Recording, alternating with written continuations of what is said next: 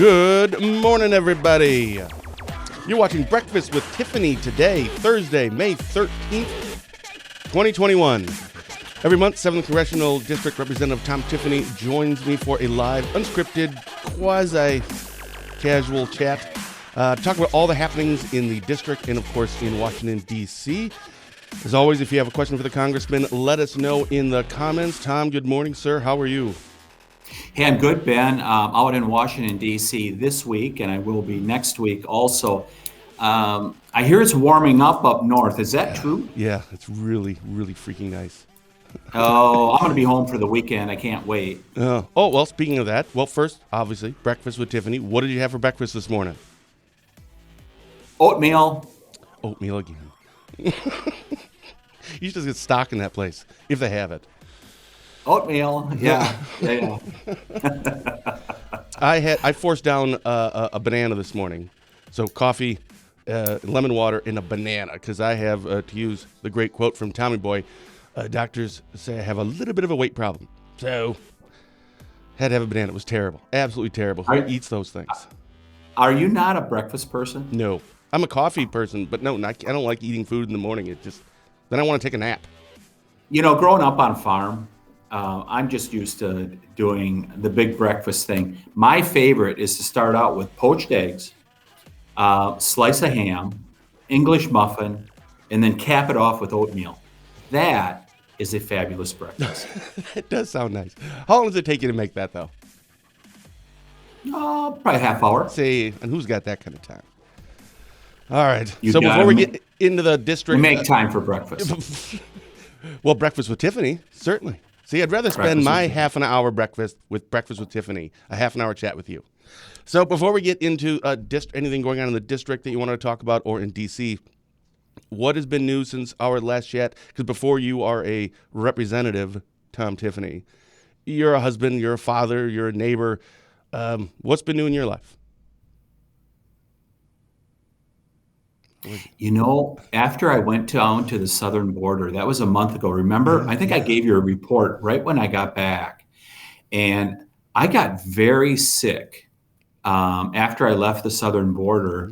That I got a really severe sore throat. Got checked out, got tested twice for COVID, didn't have COVID. But man, I got a wicked sore throat after having been down in those facilities. Down on the southern border. And I don't know if it was connected, but 48 hours after leaving McAllen, Texas, I got a wicked sore throat. And it took me 2 to 3 weeks to get over that.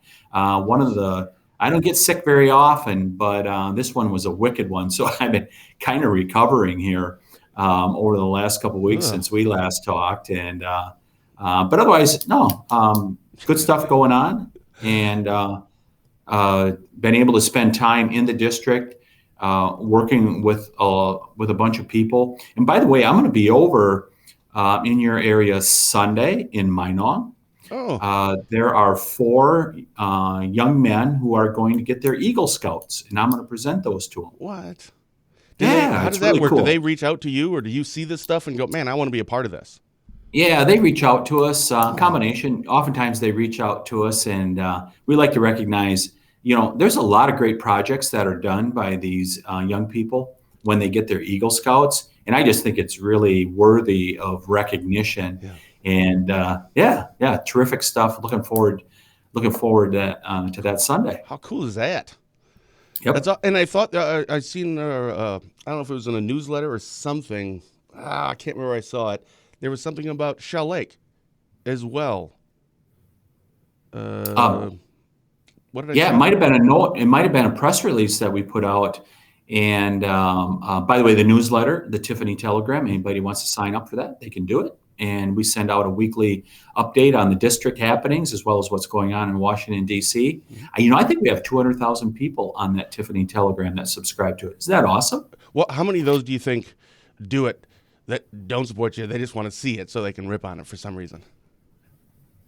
Oh, sure. I'm sure there's some people that are critics that are going to look at it. There's no critics. Yeah. So anyhow, Shell Lake. Annually, Congress, each congressional member, all 435 districts, we have an art competition. The grand prize winner gets to have their piece of art that will be displayed in the United States Capitol. Actually, for those people that have been out here, you have the United States Capitol, and then right across the street, you have the 3 House office buildings. I'm in the Longworth building. Well, there's a tunnel that connects them.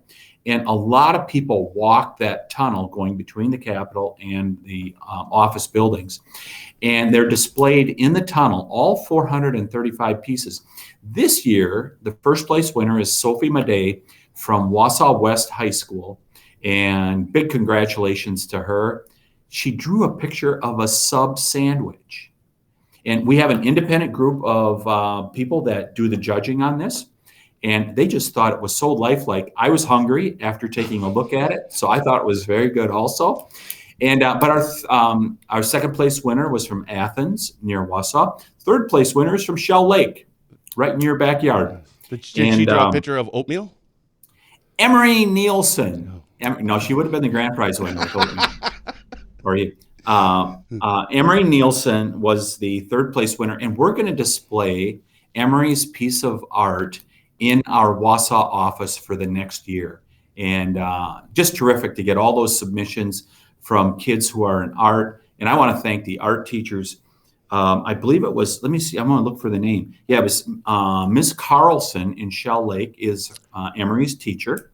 And want to thank Ms. Carlson so much for doing that submission on behalf of Emory. And congratulations, Emory got third place in the district art competition. Now, for all you artists, parents and grandparents that are out there that have artistic children or grandchildren, art teachers, we do this every year. Get ready for next year. The deadline will probably be sometime in April once again, but we love to encourage those kids that have an artistic bent to make their submissions. Awesome. We have a question here from Gwen, and this is, will you be supporting? I'll put this on the screen. I believe that's gonna. We'll ask that question, Gwen, but I believe this is part of our DC talk that we're gonna get into in just a minute. But first, I kind of want to back up just a little. You were saying that last time you were on, of course, you were live in McAllen, Texas. I think it was McAllen, Texas, southern border. So where are we now? Could you give us just a little update? So when you were down there, it was kind of a grim picture that we were kind of hearing and talking about. Is it better today than it was a month ago? Has anything changed? No. Oh. No. I mean, there's some minor changes in numbers and things like that, but otherwise, southern border's wide open. Catch and release is in place. Remember, when we talked last month, I mentioned that there were 3 things that changed in President Biden's executive order on January 20th. Is one, he stopped the Stay in Mexico program, where if you're seeking asylum, you have to stay in Mexico. That was implemented by the Trump administration. And 90% of the requests for asylum were rejected because they were not legitimate requests for asylum. Those people are allowed in the United States now after having had to wait for their asylum hearings. So Stay in Mexico is done. The border wall has been stopped. That has not been renewed or continued. And then the third thing is catch and release was put in place by the Biden administration, where it's just exactly as it's described with catch and release. A migrant comes across the border in the United States, and if a Border Patrol agent finds somebody or a group of people, then they simply process them into the United States. And those motor coaches are still rolling one after another off from the southern border into the rest of the United States. The airplanes are full coming out of McAllen, Texas, that are taking people all over the United States. Every state is now a border state, really has not changed. The thing that I'd really like to dig into a little bit more, though, is the trail leads back to Central America and places like that. I'd really like to see what's happening there also, because we continue to see this long migrant chain that is fostered by the drug lords on the Mexico side of the border. They get paid to smuggle these people into the United States. I'd like to go back into that chain even further, because everything we heard from the Border Patrol, This is not just Mexicans, Central Americans. This is from people all over the world, China, Bangladesh, Africa, even Europe. You'll see people being smuggled. I'd like to do a deeper dive sometime into these people coming up that 1,000-mile plus trek through Central America. So why? I don't want to spend too much time on this, I guess, because that was basically our whole show last time. But I have to ask, why do you think? I mean, it's been now a month, and everyone down there, and there's all these reports from it, and nothing is changing. What's the holdup? Why? Why is nothing being done? Because the Biden administration doesn't want anything being done. I mean, but there must be a reason, right? That for them going, okay, there's got to be a win for us. But what is that win? I mean, yeah, I don't know what that win is because, for example, the $1.9 trillion stimulus bill, it included $1,400 payments for every American, but it included it for every illegal immigrant also. And that's a really unfortunate part. I think many of those $1,400 checks that are being collected by illegals at this point, it's just being siphoned back into the drug lords in Mexico. Sure it's their way of paying that ransom or whatever you want to term it to allow them to get into this country, because everyone that comes in illegally has to pay, for example, to get across the Rio Grande. You do not get to come in without paying. And we heard that most people were paying $4,000 to $5,000. It is a multi-billion-dollar industry trafficking human beings into the United States. And that's what this policy of the Biden administration has fostered. It's really unfortunate. It is. And I think the most unfortunate part is that nothing's being done yet. Yeah, the human misery is, I mean, the green light was turned on. We had really shut off the spigot over the last few years. But the human misery that happens as a result of this is unbelievable. And the stories that we're hearing coming out of Central America and Mexico, the sexual abuse, children dying on the trail, children drowning in the river. I mean, it's just unbelievable. And it's all because the green light was turned on back on January 20th. No. Let's get to district news. Anything happening either in D.C. that is affecting directly the 7th Congressional District, which that's our coverage area, or that is happening specifically in the 7th District? Certainly the legislation that we've been reviewing has an impact on the 7th Congressional District, something that we're going to be dealing with next week. As I've mentioned before, I sit on the Judiciary Committee, and we're going to have a hearing next week on gun control bills. And this is something that's members, the majority on the Judiciary Committee, they really want to enact additional gun control laws. So we're certainly going to see that next week and trying to make that case for why we should have more strict and stringent gun control laws here in Wisconsin. One of the members of the committee, Sheila Jackson Lee from Houston, she has introduced H.R. 127, which would require registration of all guns, and including something like hunting rifles, stuff like that. But even more than that, it would require a psychological exam in order to own a gun. And I think some people out here in D.C. need the psychological exam before gun owners in northern Wisconsin. So, yeah. Yeah, I don't see that one really working out. Yeah, I don't get it. I always say in these committee hearings when we talk about gun control is that, we have all kinds of laws on the books. Let's enforce the laws that are in the books. Nearly every time that you see a crime that's committed with a gun, someone was breaking the law. So let's just make sure that we're enforcing the laws that are in place. I think the other big piece of news is, of course, is across the country is the whole shutdown of that Colonial pipeline. Oh, jeepers. There are, I think, about half the gas stations out here. So, of course, D.C. is right across the Potomac River from Virginia. I heard that I think it's almost half the gas stations in Virginia are out of gasoline. It's been a huge run on it. North Carolina, I think it's over half. Georgia, it's almost half. And so it's really had an incredible impact out here. But I mention that because we have something that could be setting up similarly in the upper Midwest. The governor of Michigan, Governor Whitmer, she wants to deny permits for the Enbridge pipeline that runs from Superior over to the Straits of Mackinac. That pipeline provides the gasoline, the fuel oil, the propane that is shipped to many parts of the upper Midwest, including northern Wisconsin. And it's interesting because this congressional district, the 7th congressional district, has the highest number of users of propane. You know, most parts of the country, the Northeast, New England states, a lot of fuel oil. Of course, many communities have gone to natural gas over the last 20 years. Lots of natural gas installations that have went in place. But northern Wisconsin, because of our dispersed area where it hasn't paid for the companies to put in natural gas pipelines in facilities like that, we use propane. I know at my home, we use propane.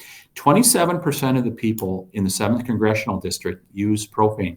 So if that pipeline goes down or it's not permitted to be able to continue to pump those the necessary energy for us to heat our homes, drive our cars, we're going to end up in the same place like is happening out here right now as a result of the Colonial Pipeline being shut down. And so these pipelines are really critical infrastructure to deliver the energy that we need to run our daily lives, keep the lights on, drive our cars, heat our homes. And it's pretty crazy, some of the proposals that are being made both out here, as well as, think about it, the governor of Michigan, by denying a permit, jeopardizes us being able to heat our homes throughout the upper Midwest, not just Michigan. So what is again, going back to even with the Biden and the southern border, there must be a reason for this. Is it an environmental thing? What was the reason given for denying the permit or wanting to? Yeah, so certainly, so Governor Whitmer is citing safety concerns, does not want this pipeline to go underneath the Straits of Mackinac, claiming that it's too big a risk. And but that pipeline has largely functioned effectively. But here's the key point. So you shut down the pipeline. What's the alternative? So here's the alternative. Everything goes via truck or by rail. And we've seen the incredible rail accidents that have happened as a result of shipping crude oil. For example, the one that happened over in Quebec was a deadly rail accident, happened right in the middle of a town where an oil train derailed, blowing up the entire downtown of a community. There were dozens and dozens of people that died. I could get the exact statistics, but that kind of stuff happens. It is by far the safest. It's not foolproof, but it's by far the safest, and it's been documented that way, to ship this stuff via pipeline. And the other agenda that's going on here, including in the Biden administration, and I believe Governor Whitmer thinks this way in Michigan too, they want to end our use of fossil fuels. They want us to use what they call renewables, wind and solar. And I got to tell you, there's days the wind doesn't blow and the sun doesn't shine. And those are the days you will be without electricity. And it's just not a reliable source of energy. But that's where some want to take us. I always like to Google before you come on. I don't know if you ever Googled your name. I've never Googled mine. I just don't want to see anything. I don't know why. It's just weird. So I Googled you this morning I put in Rep Tiffany, and then hold on, I'll click on news, and then usually it's going to be something about you or something that's going on. But first, Tiffany poised. This is the headline. Tiffany poised to take over Ellen's daytime crown. You're taking over Ellen DeGeneres, or this is a different Tiffany? One of the two. We didn't want to break that news yet. Oh, sorry. But now that it's out there, no. Ellen and her show have not contacted me. Okay. All right. Well, it'd be a tough decision, though, wouldn't it? It's like Aaron Rodgers, football or Jeopardy. But here's do you want to? Yeah. Do you want to come on as my sidekick? I'm happy to. Love it. But here's Tiffany, and this is going to what Gwen had asked originally. Stauber and Tiffany support removal of Cheney from leadership. That was yesterday. Of course, I think there was a vote yesterday on that. So with the last little bit of time here, that's the topic I definitely wanted to make sure that we talked about. And if you wouldn't mind kind of using this as like an explainer thing for the people who don't know what's going on, what is this all about? Yeah, let's give a little background. So anyhow, we are in the minority as Republicans in the House of Representatives at this point. So our leadership positions start with the minority leader, who's currently Kevin McCarthy, the what we call the whip, the minority whip, who is Steve Scalise from Louisiana. And then our third ranking member is the conference chair. That's the third position, conference chair. And Representative Liz Cheney from Wyoming held that position until yesterday. And then there's about 4 or 5 other positions below that, as well as you have all the committee chairs that are out there. And so yesterday, we voted to take Representative Cheney off from leadership as the conference chair. And how it's being portrayed, in particular in the mainstream media, is that Representative Cheney's had this ongoing feud with President Trump. And she is portraying it as some of you, President Trump continues to contest the election. You need to get over it. You need to stop it. And this is horrible, awful, what is going on here. And so it's portrayed as we removed her because she was criticizing President Trump. At least for me, and I know many of my colleagues, that's not the case at all. And I give people a quick example. I've been concerned about Representative Cheney's leadership in that when you take one of these positions, you are taking on a position of greater responsibility than just being the representative for the area that you represent, that you're elected to. You're taking on responsibility for the entire conference, all 200 plus of us, and speaking on our behalf. And in the case of Representative Cheney as conference chair, for example, she writes the weekly agenda that we have where we discuss issues. And I remember last summer, one of the first meetings I was on, she had a gentleman on, Dr. Scott Gottlieb, who talked about the coronavirus epidemic and actions that should be taken. And Dr. Gottlieb was very much of a mind like Dr. Redfield from CDC, Dr. Fauci, largely along those lines. And one of our members asked Representative Cheney, why don't you have somebody else on in addition that would have a different view of the public policy actions we should take in regards to the coronavirus? And she had no answer for that. And she did not have somebody with an alternative viewpoint. And to me, that's very disappointing. I want to hear a broad, I want to hear both sides of the issue. And oftentimes there's more than 2 sides to an issue. There's a whole series of views in regards to an issue, but you at least want to hear a couple sides of the issue. She denied us the ability to do that. And I found that very concerning that she would do that. And then there's been some other instances where I believe she put her interests, her views in front of the conference's position that we want to take in the conference's view. That's what she ran for, is to be the conference chair to represent all of us. And I don't believe she was representing all of us. For me, it didn't have all that much to do with her disagreements with President Trump. It was more how she was carrying out her job with greater responsibility to the conference. And that is what I see in the headlines all across news.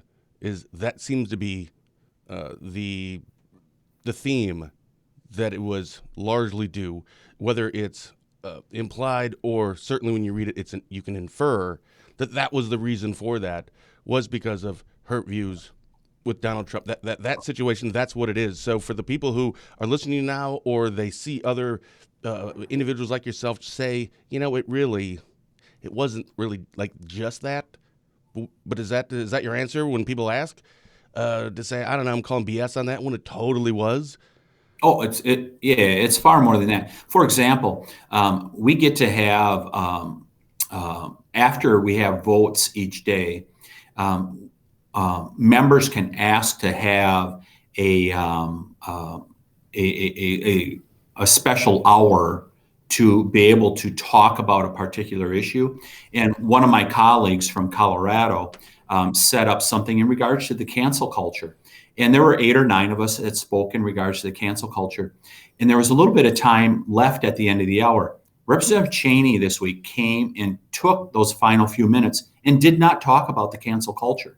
She came in and talked about her reasons why she disagreed with Republicans and with President Trump. And I just found that very disappointing. We're delivering a message that we think is very important. And she comes in and at a time when that's what that hour was supposed to be about. She talked about something else. And there's times you have to be a team player. It's important to be a team player. And she clearly was not doing that. She wanted to make sure her agenda was being heard. And as conference chair, you got to look out for the entire conference. So then that kind of caught us up to where we were as of yesterday. And then there was a vote yesterday to remove her from that position, correct? Yeah, that's correct. And you voted in favor of removing her from that position. Yep. So now what? How does do people like kind now of the internally position apply will for be, this or something? Can I apply for that? Yeah, the position will be filled. And so this is where it's to be just like an election. It'll be an election amongst us 200 plus members that are Republicans to be our conference chair. And anybody that wants to put their name in, they can do that. And I know there's at least one person already campaigning for it, and we will have an election here. Don't know when, but we're going to have an election to fill that position as conference chair here in the next probably week or two. Okay, so this was actually at the very beginning. Oopsie, so screwed up there. Do you see that on your screen? So just wondering if you will be supporting Elise Stefanik for leadership. I'm assuming that was talking about, I don't know who Elise Stefanik is. Yes, we have a listener that is very much on top of things. Elise Stefanik from New York has put her name out there to be the conference chair. A group of us met with her last night. I have not made a decision yet. And I think she has one of the key things with a conference chair, you got to be a really good communicator. And I know Representative Stefanik is a good communicator. I want to see who else is going to come forth before making a decision of who I'm going to vote for. I just think it's really important to have somebody that has good communication skills and will represent the entire conference in messaging for us. So you're not putting your name in? No, I'm not going to put my name in. Why not? First of all, it's probably a little early. I got other priorities at this point. A lot of good work that we're doing in natural resources and judiciary. And I also think it's a little bit early. And I would like to see the lay of the land before perhaps moving to try to get to a leadership position. At this point, I'm probably more interested in getting to leadership within particular committees. That's kind of where I'm headed at this point. Sure. So, yeah. Well, I know we have a hard stop here at 8 o'clock. That's 2 minutes away, but I'd be remiss to not ask you about something I've heard recently, that you are now becoming a poet of sorts. Oh, hey, yeah. If people want to see this. So I just alluded to that cancel culture presentations that 8 or 9 of us gave. And what we do is it's meant those sessions that we do after having votes each day. You could take an issue and highlight it. And I think something that's really important is this whole cancel culture movement, which is trying to basically cancel the culture that we've developed in America over the past 200 years. I mean, I see even people like John F. Kennedy. There are socialist liberals that are trying to say he was a bad guy. I mean, he was always an icon by Democrats. Now some Democrats are trying to cancel him. And there's just many other examples of that going on. And I think it's a really dangerous path for America to go on. But I think sometimes satire is the best way to address some of these things and try to use a little humor. And I did a little riff on Dr. Seuss in regards to the cancel culture. And if people want to see it, it'll be in the Tiffany Telegram this week. And they can go to C-SPAN also, because the presentation that I gave was on C-SPAN this week, and people can pick it up if they want to. But it's always fun to cite Dr. Seuss, and I thought it was really appropriate because people are trying to cancel Dr. Seuss at this point. It's crazy. So I didn't know what it was about, but I'd heard about it. So I'm going to go first. I have signed up for your Tiffany Telegram, but I may try to see if I can find it on C-SPAN. When does the Tiffany Telegram come out? It comes out every Friday. All you got to do is you got to opt in. So just go to tiffany.mail.house.gov and you can find a place to sign up. Awesome. Any last words here? We're hitting the clock right at 8 o'clock right now. Any last messages that you want to give? Hey, summer's coming. I'm really looking forward to seeing some warm weather, just like everybody else. And, parade season's coming, dairy breakfast, stuff like that. I'm hoping to attend as many of those as possible. I hope you guys are having parades over in the Spooner area this year, because it sounds like around most of the North, people are going to start doing parades again. I hope so. We need some normalcy. Yeah, we really do. Awesome. Really looking forward to it. And I will be in Minong this Sunday to celebrate Eagle Scouts for 4 fine young people from northern Wisconsin. Yeah, can anybody go to that, by the way, or is it like a closed? Yeah. Sweet. Yeah. Awesome. You've been watching Breakfast with Tiffany, with, of course, our very good friend, Representative Tom Tiffany. I'm Ben Dryden. Thank you for watching, and I will see you next Tuesday for another episode of Positive Tuesday with Ben and Fitzy. Until then, stay safe, stay positive, and as always, have a blessed day.